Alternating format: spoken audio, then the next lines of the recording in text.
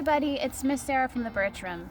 Today I thought I'd read a story outside. It is gorgeous, and I thought we could spend some time together. I'm going to be reading Herb the Vegetarian Dragon. Every dragon in the forest of Nogard was a meat eater. Meat Hook was their leader. In the middle of the forest of Nogard stood Castle Dark. There was nothing Meat Hook liked better than to raid the castle at night with his friends. He particularly liked the sweet taste of royal princesses, and the crispy crunch of brave knights was almost as delicious.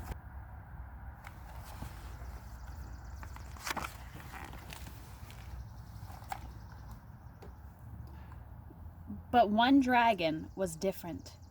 While Meat Hook and his friends sat in his cave planning their next raid, Herb was happy to tend his vegetable patch. He grew turnips and tomatoes, leeks and lettuces, cauliflowers and carrots. He grew peas and parsnips, red and yellow peppers, potatoes and parsley, for Herb was a vegetarian.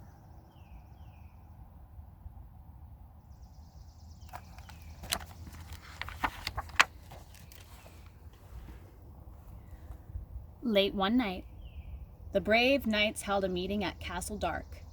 Bernard the Bold was their leader. The time has come to rid our forest of the fearful dragons who raid our castles, devour our people, and eat all the best wild boar meat, Bernard declared. We must plan a great hunt. Death to the dragons, the knight shouted. Now listen carefully. The king has decreed that each dragon must be captured alive. Alive? Grumbled the knights. Why alive? Alive because the dragons we find are to walk the plank into the moat of Castle Dark for all to see. Hip hip hooray! Shouted the knights. Suddenly, a rush of air and the sound of wings beating brought the knights to attention. Through the windows of the high stone walls, they saw a monstrous dragon flying away in front of the full moon. A dragon spy! Cried Bernard.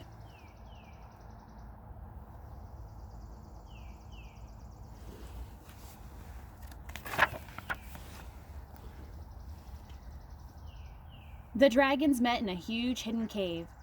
Herb, who had not been invited, knew nothing of the knights' scheme. Meat Hook spoke. My friends, the knights are planning a hunt. We'll be ready for them, won't we? And in answer, dragon tails pounded, the earthen floor and the cave shook with the sound of thundering evil voices. We'll singe 'em, fry 'em, boil 'em in a pot, stew 'em, steam 'em, the whole juicy lot. No, bellowed Meat Hook. We shall disappear, stay hidden in our caves, wait them out. Then we shall attack, and then you can sing your songs. The dragons roared their approval of his plan, and their fiery tongues lashed the roof of the huge cave.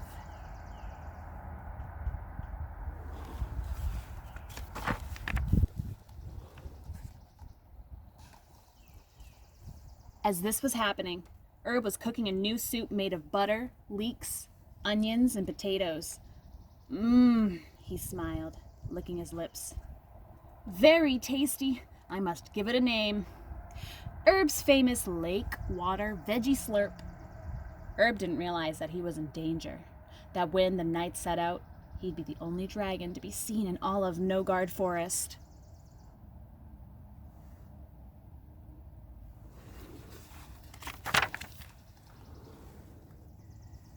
That evening, 100 knights, in groups of 4, set forth on their hunt, each heading in a different direction.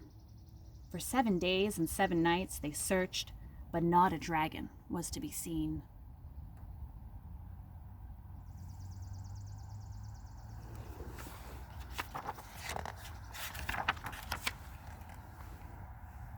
Then, on the last day of the hunt, a group heading west saw a dragon in the distance. They knew just what to do. Herb was hoeing in his garden, quite unaware that he was being surrounded on all sides. He bent to pull out a difficult weed. The knights pounced. Herb's blue flame was powerless against the chainmail mesh of their nets. His wings strained uselessly against their ropes as he was dragged away by his tail. What have I done? Thought Herb. Won't somebody tell me? But he couldn't speak because his jaws were bound tightly with rope.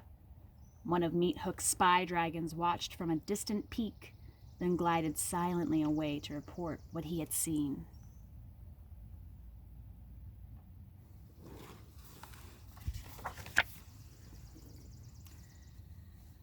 The king ordered Herb to meet his fate at dawn in the jaws of the hungry alligators in the moat. From his small, dank, iron-barred cell, Herb could hear their horrid snapping sounds and see the wooden plank he would walk to meet his doom. Suddenly, he heard a voice. Psst! Herb! You ridiculous excuse for a dragon! I have a last offer to make. We've decided to help you. I've got 12 dragons here, ready to tear down this jail and get you out. We ask only one thing in return. What is it? Asked Herb. I'll do anything to save my life. Take this, hissed Meat Hook, as he thrust his scaly fist up against the bars. What's that? Asked Herb. It's wild boar meat. Eat it and become one of us. It's a small price to pay for your freedom, he gloated, as I'm sure you will agree. Thanks, but no thanks, Herb said.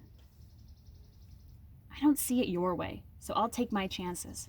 I don't ask you to stop eating meat, so why do you ask me to stop eating vegetables? Meat Hook muttered as he flew off into the darkness. You can't be different in the dragon world and survive.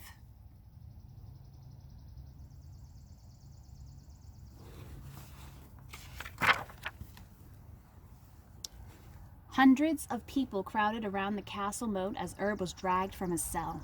A rope held up his jaws shut. A huge man with a long pole stepped forward. For the crimes of burning, stealing, and murdering, and to serve as an example for all who would dare to repeat these actions, this evil dragon will walk the plank and be devoured by the king's alligators for all to behold.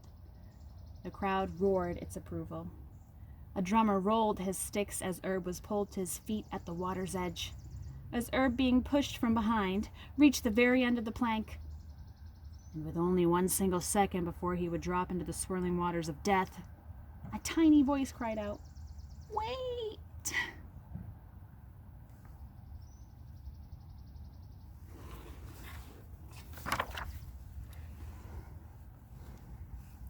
The drumming stopped. A little girl ran down the plank and grasped the pole as Herb teetered at the edge and the alligators awaited their meal.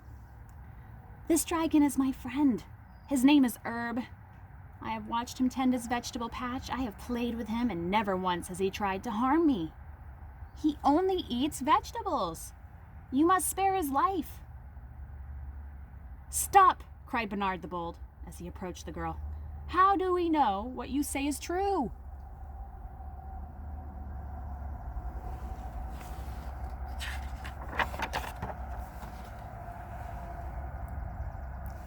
The little girl dragged Herb back by his tail and climbed up his scales.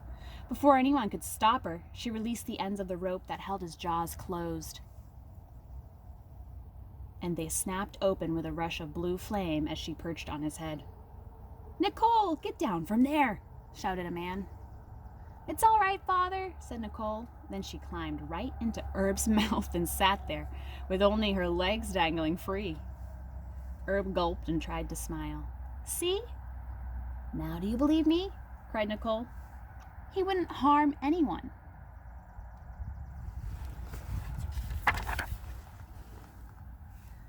As the awestruck crowd stared up at her, the silence was broken by a loud crash.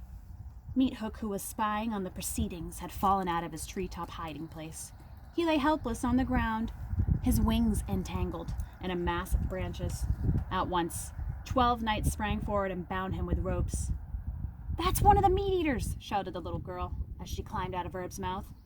Feed them both to the gators, someone yelled.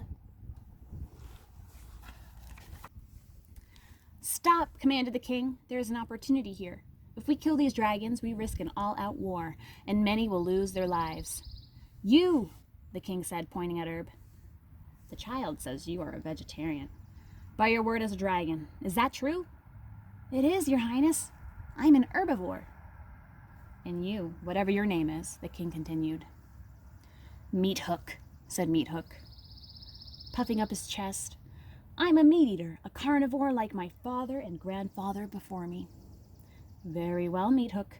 I give you a choice. I will not ask you to change your eating habits. It is your rightful choice to eat what you will, but in exchange for sparing your life, I ask that you and your dragon brothers stop feasting on my people. Stop your burning and stealing and live in peace as Dragon Herb has done. But dragons have always burned and pillaged and devoured knights and princesses. It's what we do. We can't change. No law has the power to change habits, the king replied. Only you have the power to change what you are. We can all live in peace if we want to, said Herb. Release them, commanded the king.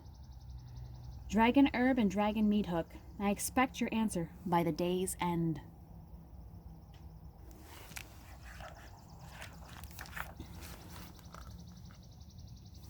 In the hidden cave, all the dragons of Nogard met to hear of the king's offer. It's a trick of to dragon us, shouted one. Better than an endless war, isn't it? Shouted another. It's not as if we have to become vegetarians like Herb. We just have to give up eating people, said a large dragon from the rear. Live in peace with people? I can't imagine it, said another. I wouldn't mind having a nice garden like Herb has, said one of the younger dragons. And I'll help you if you like, offered Herb. I'll give you some seeds and show you how to sow and reap. We must vote on it, announced Meat Hook. Now.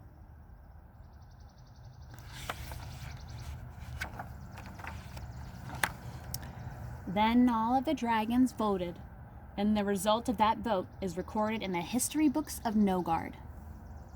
And even to this day, the story is told of how Herb, the vegetarian dragon, brought peace to the forest of Nogard, where dragons and people, meat eaters and vegetarians, lived together in peace and harmony.